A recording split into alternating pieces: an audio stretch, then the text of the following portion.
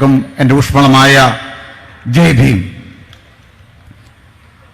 August 1 supreme കോടതി വിധി ഇവിടെ വ്യക്തമാക്കിയതുപോലെ ഇന്ത്യൻ ഭരണഘടനയ്ക്ക് വിരുദ്ധമായ ഒരു വിധിയാണ്.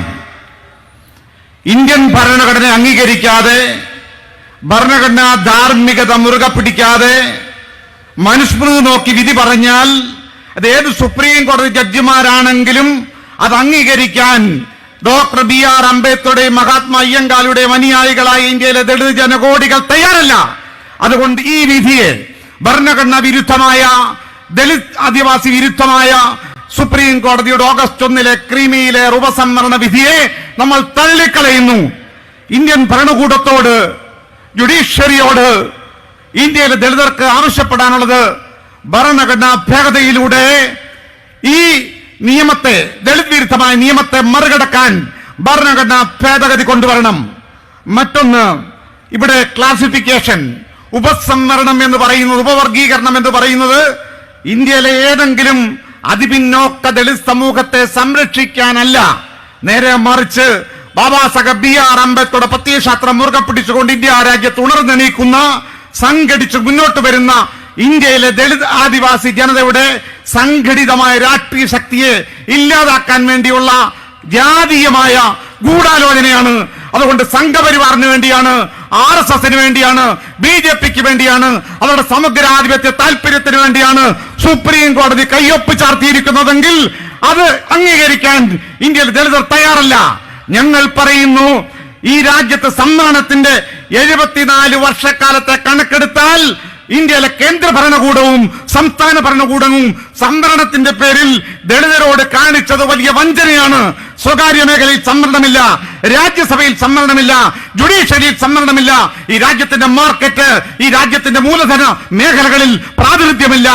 നാമമാത്രമായ കുറെ ജോലികൾ മാത്രം നീക്കിവെച്ചുകൊണ്ട് 74 വർഷക്കാലമായി സംവരണത്തിന്റെ പേരിൽ ഇന്ത്യയിലെ ദളിതരെ വഞ്ചിക്കുകയാണ് ചെയ്തത്. അതുകൊണ്ട് ഈ സംവരണത്തെ സംരക്ഷിക്കണം എന്ന് മാത്രം പറഞ്ഞുകൊണ്ട് പിന്മാറാനും, അങ്ങനെ അഭ്യർത്ഥിച്ചു നോക്കി നിൽക്കാനും ഇന്ത്യയിലെ ദളിത് ജനകോടികൾ ഇനി തയ്യാറല്ല. ഞങ്ങൾ പറയുന്നു, 74 വർഷം നിങ്ങൾ നടപ്പിലാക്കാത്ത കാര്യം എന്തുകൊണ്ട് ജുഡീഷ്യറിക്ക് ഇന്ത്യയിലെ ഭരണകൂടത്തോട് ചോദിച്ചില്ല? എവിടെയാണ് സംവരണം നടപ്പിലാക്കിയത്? അതിന്റെ കണക്കെവിടെയാണ്? ഓരോ ജാതിക്കാർക്കും ഈ രാജ്യത്ത് എത്രത്തോളം ഉദ്യോഗങ്ങൾ, അധികാരങ്ങൾ, മൂലധനം, വിഭവങ്ങൾ ലഭിച്ചു എന്ന് പറയാനും, ജാതി സെൻസസ് ഈ രാജ്യത്ത് നടപ്പിലാക്കണമെന്ന് പറയാൻ ബാധ്യതപ്പെട്ട സുപ്രീം കോടതി അക്കാര്യത്തിൽ മൗനം പാലിച്ചിട്ടാണ് ഇവിടെ പറഞ്ഞതുപോലെ യാതൊരു പഠനവുമില്ലാതെ, രേഖകളില്ലാതെ സംഘപരിവാറിന് വേണ്ടി ഈ വിധി പറഞ്ഞിരിക്കുന്നത് എങ്കിൽ ഞങ്ങൾ പറയുന്നു, ജാതി സെൻസസ് നടപ്പിലാക്ക്, വസ്തുതകൾ കൊണ്ടുവരൂ. ഈ രാജ്യത്തെ ദളിതരുടെ നഷ്ടത്തിലാണ്. നൂറ്റാണ്ടുകളോളം ഈ രാജ്യത്ത് മണ്ണിൽ പണിയെടുത്ത, ഈ നാടിന് വേണ്ടി അധ്വാനിച്ച, ഈ നാടിനെ കെട്ടിപ്പടുത്ത അടിസ്ഥാന ജനതയെ നഷ്ടപ്പെടുത്തിക്കൊണ്ടാണ്, അവനെ അടിമത്തത്തിൽ നിർത്തിക്കൊണ്ടാണ്, അയിത്തത്തിൽ നിർത്തിക്കൊണ്ടാണ്, അവരെ ക്രൂരമായി ഇന്നും പീഡിപ്പിച്ചുകൊണ്ടാണ് ഈ രാജ്യത്തെ സവർണ ഫാസിസ്റ്റുകൾ അധികാരത്തിലിരിക്കുന്നതെങ്കിൽ ഞങ്ങൾ പറയുന്നു, ദക്ഷിണാഫ്രിക്ക സ്വാതന്ത്ര്യത്തിലേക്ക് പോയപ്പോൾ, അമേരിക്ക അടിമത്തമില്ലാതാക്കിയപ്പോൾ, മലേഷ്യയിൽ മാറ്റമുണ്ടായപ്പോൾ അവിടേക്കുള്ള തദ്ദേശവാസികളായ ദളിതരെ പോലുള്ള ജനങ്ങൾക്ക് കോടിക്കണക്കിന് രൂപയുടെ കോമ്പൻസേഷൻ, നഷ്ടപരിഹാരം കൊടുത്തു. അവർക്ക് ഏക്കർ കണക്കിന് ഭൂമി കൊടുത്തു, വിഭവ പങ്കാളിത്തം കൊടുത്തു, മൂലധനം കൊടുത്തു. അതുകൊണ്ട് ദളിതരുടെ നഷ്ടമാണ് ഈ രാജ്യത്തെ സവർണന്റെ നേട്ടം. ഞങ്ങളെ അധികാരത്തിന് പുറത്തു നിർത്തിയിട്ടാണ് നിങ്ങൾ ഈ രാജ്യം ഭരിക്കുന്നത്. അതുകൊണ്ട് അംബേദ്കർ അനുയായികളെ ഞങ്ങൾ പറയുന്നു, ഇനി നിങ്ങളോട് അഭ്യർത്ഥനയുടെ സ്വരമില്ല, സുപ്രീം കോടതിയുടെ ദാനം ഞങ്ങൾക്ക് ആവശ്യമില്ല, ഈ രാജ്യത്തെ സവർണ മേധാവികളുടെ ഔദാര്യം ഞങ്ങൾക്ക് ആവശ്യമില്ല. ഈ രാജ്യത്തിന്റെ ഭരണഘടന നടപ്പിലാക്കാൻ കഴിയാത്ത നിങ്ങൾ അധികാരത്തിൽ നിന്ന് ഇറങ്ങി വേണം. ഈ കഴിഞ്ഞ പാർലമെന്റ് തെരഞ്ഞെടുപ്പിൽ ഇന്ത്യയിലെ പ്രബുദ്ധരായ ഉത്തരേന്ത്യയിലെ ദളിതർ തെളിയിച്ചു, ബാബാ സാഹേബ് BR അംബേദ്കറിന് വേദനിക്കും. ഇന്ത്യൻ ഭരണഘടന തിരുത്താൻ ആഗ്രഹിക്കുന്ന RSSകാർ ഭരണഘടന എടുത്ത് മാറ്റി ചാതുർവർണ്ണ്യം നടപ്പിലാക്കാൻ, ജാതിവ്യവസ്ഥ തിരിച്ചു കൊണ്ടുവരാൻ, മനുസ്മൃതി കൊണ്ടുവരാൻ തയ്യാറെടുക്കുന്നു എന്ന് മനസ്സിലാക്കിയ അംബേദ്കറുടെ ജനമാണ് ഉത്തരേന്ത്യയിൽ മാറി വോട്ട് ചെയ്തു. ഇന്ത്യ മുന്നണിക്ക് BJPയുടെ 400 എന്ന കണക്ക് തിരുത്തി.